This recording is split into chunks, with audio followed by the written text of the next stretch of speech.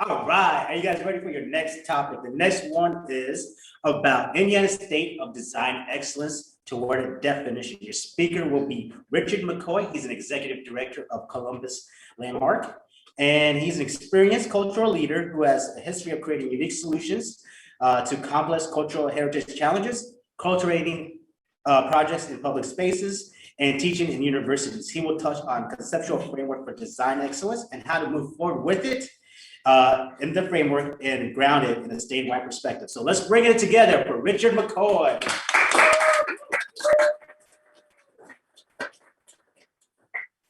Thanks, Patrick. Thanks for having me. I'm so glad to be here at Indy Design Week and in the global headquarters for Indy Design Week. And it's a really great program. And I'm glad to be part of it. I'm glad that Indy Design Week is happening even during a pandemic. And it's a fun opportunity for me to maybe tell you a little bit about who I am and what we're thinking about with our organization and how it can, we think, have a big impact in the state. And so I'm going to set up a few things in a fairly short presentation today. And then I really want to invite you all to come back on Friday to have a conversation about a little bit of the framework that I'm going to put forth today with some other leaders from around the state and around the country to think about how design excellence can impact our quality of place. And so that's what I'm going to talk about today. Thanks again for having me. I'm here with Poppy and Danny and Chris and Brant, and of course with Patrick. So thanks so much. It's fun to be on a kind of stage to give a talk. I don't know that I've done this in like a year and a half. So it's fun to be here. Thanks. And so greetings from Columbus, Indiana also. This is where I work, and it's an amazing place in Indiana, and I hope you all will visit. And so for Indy Design Week, as I said, we're talking about, towards a definition of a state of design excellence. And our organization, Landmark Columbus Foundation, really thinks a lot about the context of Columbus and its history. And so I'd love to start a talk about Columbus with actually this courthouse from 1871.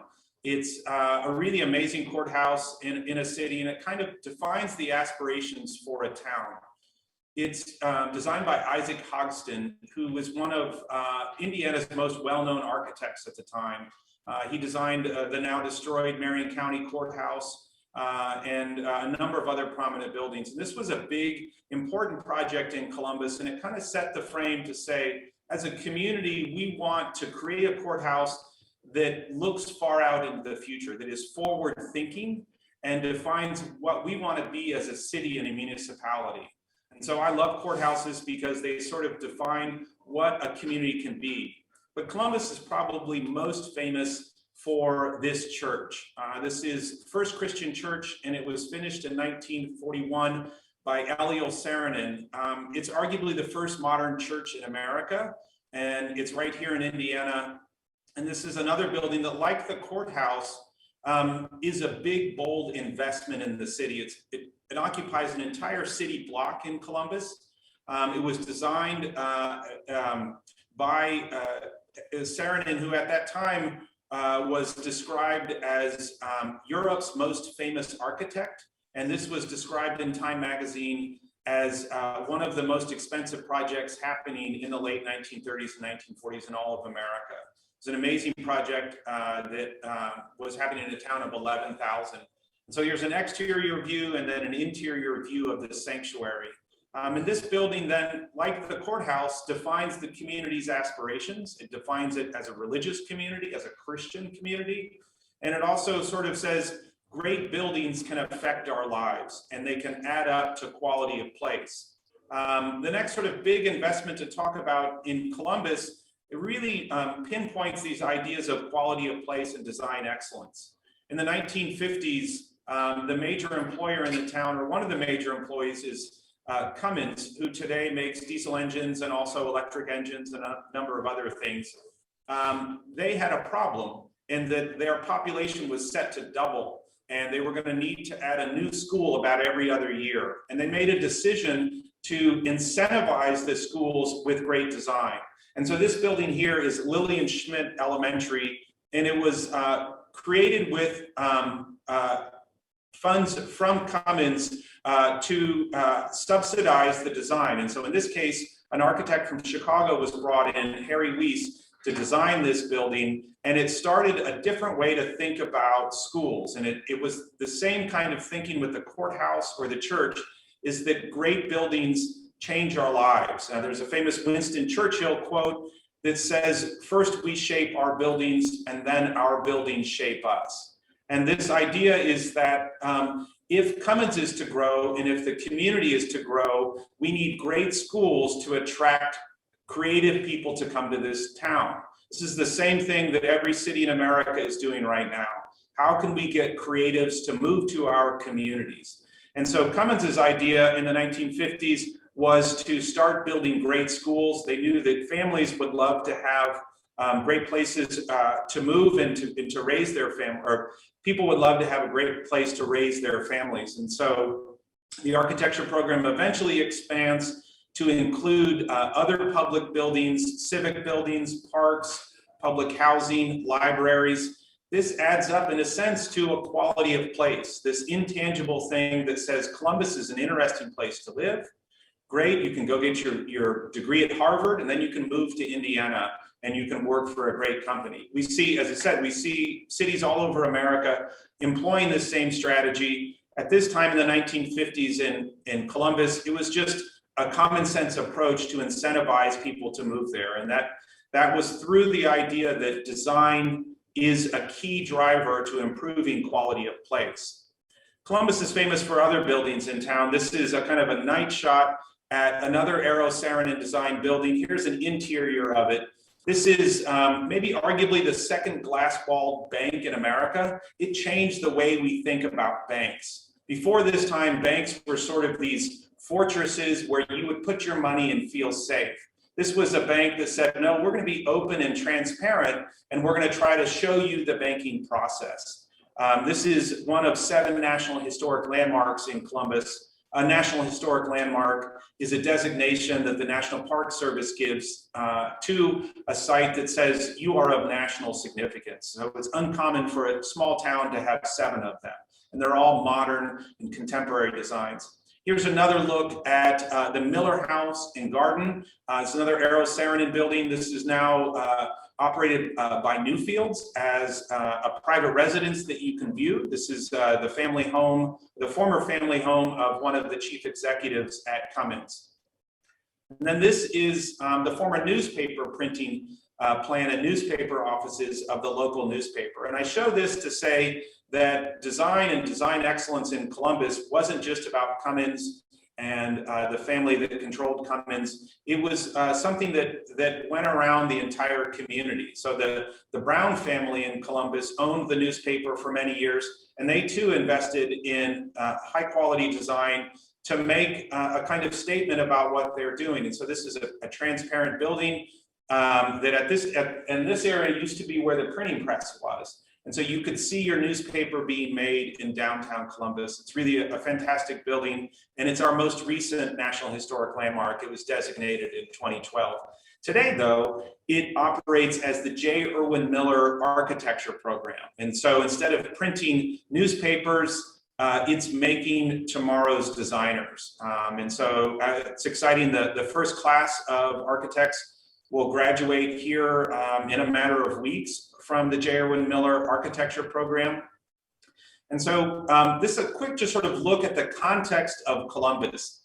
And there's about 100 significant modern buildings in Columbus. And if I were to break it down in general ways in a sort of a pie chart, about 1/3 of those were created or subsidized by the Cummins Foundation Architecture Program. About 1/3 of them were created or built by the Irwin and Miller families through their banking enterprise or through Cummins. But about 1/3 of them were created by people that didn't have a connection to either one of those, such as the Brown family.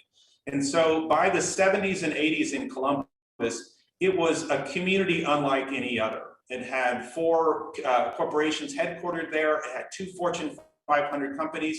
It had business leaders that were operating on the national stage. One was the chairperson of the nation's Chamber of Commerce. Another directed the National Council of Churches and helped arrange the March on Washington. And so there's this sort of ethos that comes around Columbus that says that the built environment changes the way that we understand place. And it's one of very few examples in America where you can point to this. There have been a few other cities that have studied this and tried to figure it out. And today, as I mentioned, this is where many city and state governments are trying to incentivize us to create ways to improve the built environment, to convince the next generation to move downtown, to be invested in their main street, to love where they live. And so this is a little bit what I wanted to talk about, but I'll just quickly talk about our organization and how we are connected through these ideas of design excellence and quality of place. So Landmark Columbus Foundation has the mission to care for, celebrate, and advance the cultural heritage of Columbus. And we use those words pretty specifically to say that cultural heritage is more than just the built environment, but it's the intangible things, the traditions and values of the town. And so we do this through 3 program arms: Landmark Columbus, Exhibit Columbus, and Columbus Design Institute. And in these program arms, we are, in a sense, exploring ideas of design excellence. And so Landmark Columbus is a program arm that is a progressive preservation effort. And we try to assist building owners to care for their heritage. And we do this in sometimes pretty straightforward ways, in other ways, in maybe some non-traditional ways. And so I'm not sure if you can see these, but here's sort of 3 featured projects. One of the things we're working on is with North Christian Church, this amazing church on the north side of town. We're helping that community come up with a conservation management plan and also to activate their sanctuary. We are working with First Christian Church here in the middle. We're going to announce in a couple weeks a major fundraising effort to restore the iconic church tower, to rebuild about the top third of it.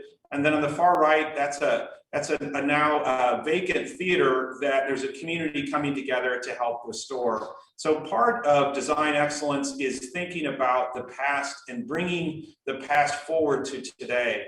And we do this in fun ways. We've had sort of bicycle rides that give people a chance to experience culture in a different way. But we're always interested in connecting with the next generation. These are 7th graders from the school just across the street from North Christian Church that came last fall with their masks to help us care for the landscape at North Christian Church. And so we're always trying to find a way to get the next generation involved.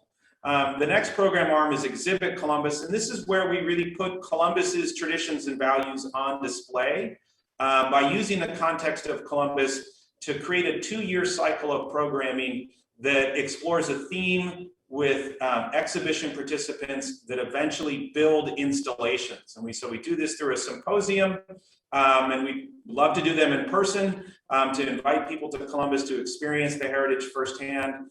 So we have a symposium to think through an idea that then we carry through to create built installations in downtown Columbus. And this is a way for us to have a dialogue with the past and look to a future. And so a key part of that is to make installations that are in conversation with the built environment. This is one that continues to get a lot of attention. These are all temporary, meant to be up for 3 to 4 months. This is Wikiyami, created by Studio Indigenous in 2017. They were one of our Miller Prize winners. Wikiyami is the Miamia word for wigwam. And this is a contemporary interpretation of a wigwam, which was a traditional structure of the Miami people that were here before Europeans arrived. And so he made sort of a stylized contemporary understanding of that. In 2018, we had another symposium, and we like to use our downtown facilities as a way to convene conversations and allow people to explore heritage firsthand. And this is an installation from our last cycle of Exhibit Columbus at the steps of City Hall. This is by Bryony Roberts' studio, and she made a project called Soft Civic to encourage people to engage with their municipal government in a direct way and in a fun and interesting way. This is an installation that was in front of the Library Plaza. We had an awesome day where we had a fully immersive Spanish speaking day and had a performance by Ballet Folklorico. in downtown Columbus. We're also deeply invested in bringing design excellence through universities. This is a 3D printed pavilion created by a Ball State professor, and this is another sort of project created by a professor at Indiana University that welcomes people to that building I showed you earlier, the former newspaper building, which is now home of the architecture program. And so we try to create a sort of downtown community-wide space for people to enjoy the exhibition. We're currently in the third cycle of this program called New Middles, and we're about to open our third exhibition this fall. And so these are ways for us to explore design excellence and quality of place in an immediate and transitional and temporary way. And then the last program arm that I'll talk about from our organization is called Columbus Design Institute.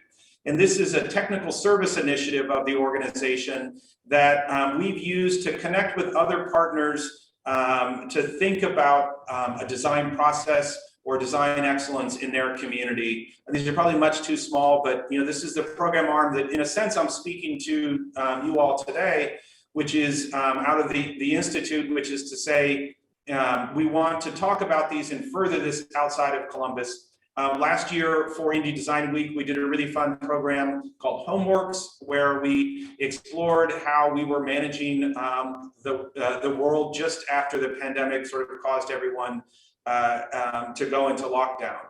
But at the same time, we've been working with mayors around the country to explore how design impacts their cities. So in 2019, we hosted 6 mayors from around America and partnered them with designers to think about how design can be used to improve their downtowns. And then in the pandemic, we did this again with 5 mayors from the state of Indiana. And we wanted to explore an idea of how can design help mayors think about a post-COVID world. And so we got to know municipal leaders in Columbus, Shelbyville, Zionsville, Warsaw, and Elkhart. And this is through the thinking of that we got to this idea that there might be an opportunity to explore what design excellence means for individual communities in a way to define and measure and incentivize it in the same way that Columbus has been doing since the 1950s. And so I love this quote from a writer from Worth magazine that says, "Columbus is the nation's finest example of how enlightened corporate titans and local citizens have discovered the place of art is at the root of not just the expression of economic vitality." This is a long way to say it's not just about having an interesting place to live, but it's about improving your economy. And this is sort of where you can get an enlightened capitalist to understand that if you have an equitable and interesting place to live, it's also great for everyone's bottom line. And so the state of Indiana knows this is a bit of a challenge. And so you probably can't read this, but this is a gubernatorial decree where Governor Holcomb made a new secretary position within his cabinet. And he recognized a particular problem that the state was about to embark on. I've highlighted a little bit of this. It's probably still too small to read, but basically what it says, in the next 10 years, the state of Indiana anticipates that it will need to add about 1 million people to its workforce. And if you think about that for a minute, this is a state of, I think it's a little over 7 million. To add 1 million new jobs is a huge challenge. Right now, the state of Indiana is adding people at a kind of a trickle, I think about 5,000 people. So we're not losing population, but it's still a big lift to say, how do we fill 1 million jobs here? They estimate that about 700,000 jobs will be lost to baby boomers that will be need to fill if baby boomers, we ever find out they want to retire. They could one day maybe retire. And then we also know that there will be new jobs and we hope that new corporations will move here. So this is where this idea of needing 1 million people and 1 million jobs. And so the question that we started to explore, what would cause you or someone to move to a town, not just Indianapolis, but a different city in Indiana? And there are a couple key drivers to that, and the state's been busy thinking about it. And in fact, what they did is they started to break the state down into talent regions to say, well, maybe instead of thinking about this as a monolithic state, we could think about this in a regional perspective. And so the state thinks about regionality all the time. And so they made these different sectors, and then they encouraged groups in those sectors to come together to figure out how they can create a network that would, in a sense, encourage talent to move here. And they actually did it, I feel like, in a really smart and straightforward way. If you see this Venn diagram at the top, you know, how do you get someone to invest or move to a community? The community needs to have economic strength. There needs to be an idea that there's a well-paying job for you to move there. Two, you need to have a learning system. You need to have great schools. And again, we know this from Columbus, that if you want people to invest in the long term in your community, they need to have a great place to raise children. And then the third thing that the state identified is that it needs to have power of place. We talk about this in different ways. It's power of place or quality of place. It's more or less the same thing. It's the idea is that what is this place you're moving to? And we think about this in maybe a more concrete way when your friend moves to Austin or your friend moves to California or Colorado. It's more than just a beautiful place that has mountains. It's also a great built environment. And then it's also kind of that intangible thing. Do I like the people that are here? Do I see myself there? Do I fit in there? So the power of place is, in my mind, the most sort of subjective kind of part to evaluate and therefore to improve. Economic strength, you can kind of look at that in one way or another. Is there a job for me? Am I going to be able to make what I think I should make? And the learning system, you know, there's pretty good systems that allow us to grade what a school is and how it's performing. But power of place, it's much more difficult. The hypothesis that we have is the number one driver to improve power of place is design excellence. A better designed place will improve power of place. And so this is to say, this is what we are excited to bring to Indy Design Week this week, is to say, well, let's take some time and think about that. And so how do we define and measure power of place? And so I thought, okay, well, I'll come up with a definition that makes sense to me. What is power of place? And it's a place's unique and recognizable character that influences all aspects of residents' life. So this gets way beyond, is it a nice park, but it's also, are there good trails? Do I feel safe biking? Can I hang out with my friends? Does it have a good library? And so it can get a pretty broad range. And so how do you measure something that big? Well, it's complicated, and I think it's subjective. So if we leave that bigger thought alone for a minute, and we say, what if instead we look to measure design excellence? This is something that seems a little bit more easy to quantify and to measure. And so the question is, what is design excellence and how do we measure it?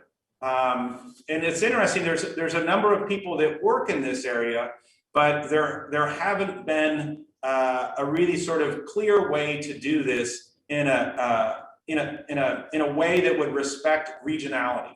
Because we know that what design excellence might mean in downtown Indianapolis is different than what design excellence might mean in Columbus or Fort Wayne or Elkhart or Madison, Indiana. It has to do with the scale of the town.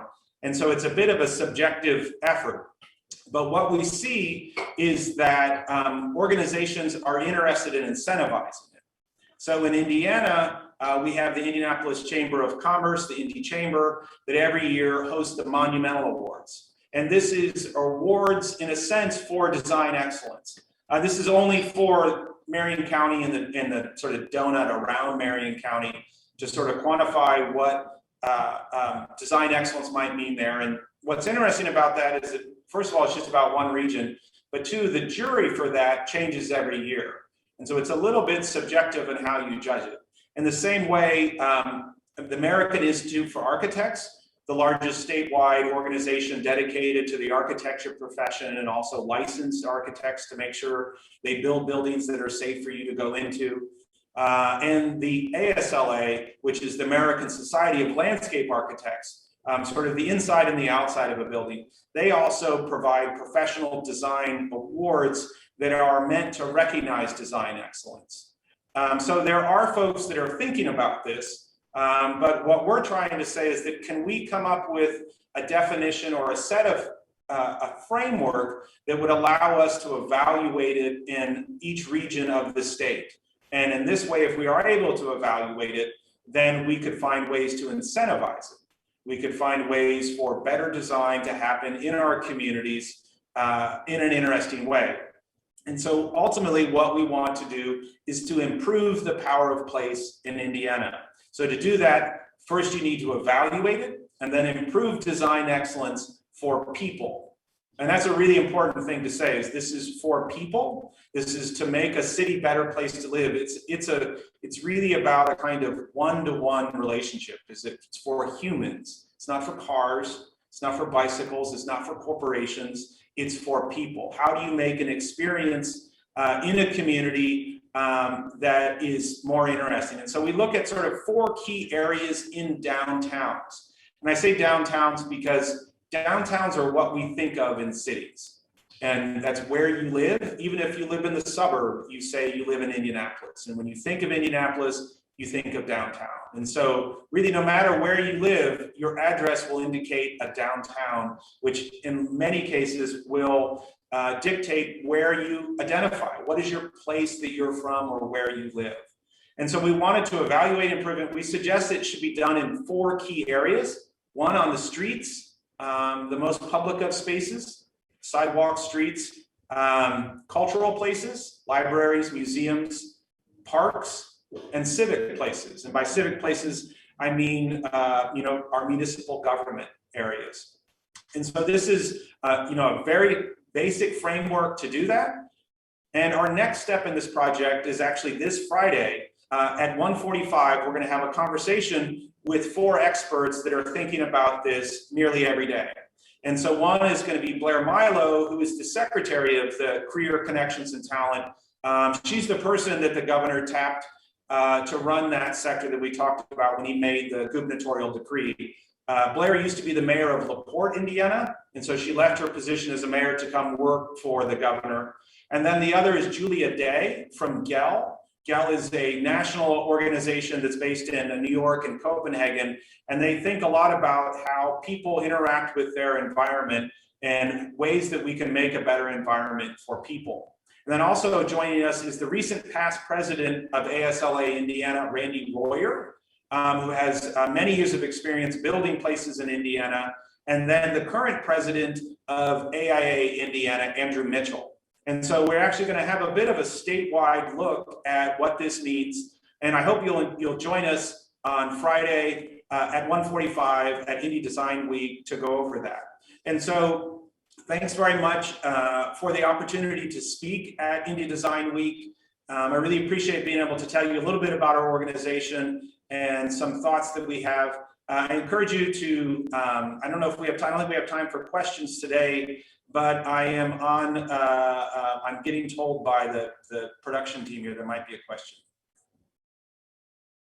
We could send them to the networking space. Oh, cool, we can go to the networking space. I'm on various social medias, not all of them. Can you say social media is plural? I'm on social media in various ways, usually under the handle at Richard McCoy. And so if you wanted to ask me a question there, I'd be happy to hop on and answer that. And so again, thanks for the time today. I really appreciate it, Indy Design Week, and I look forward to tuning in to many of the other talks this week. Thanks very much.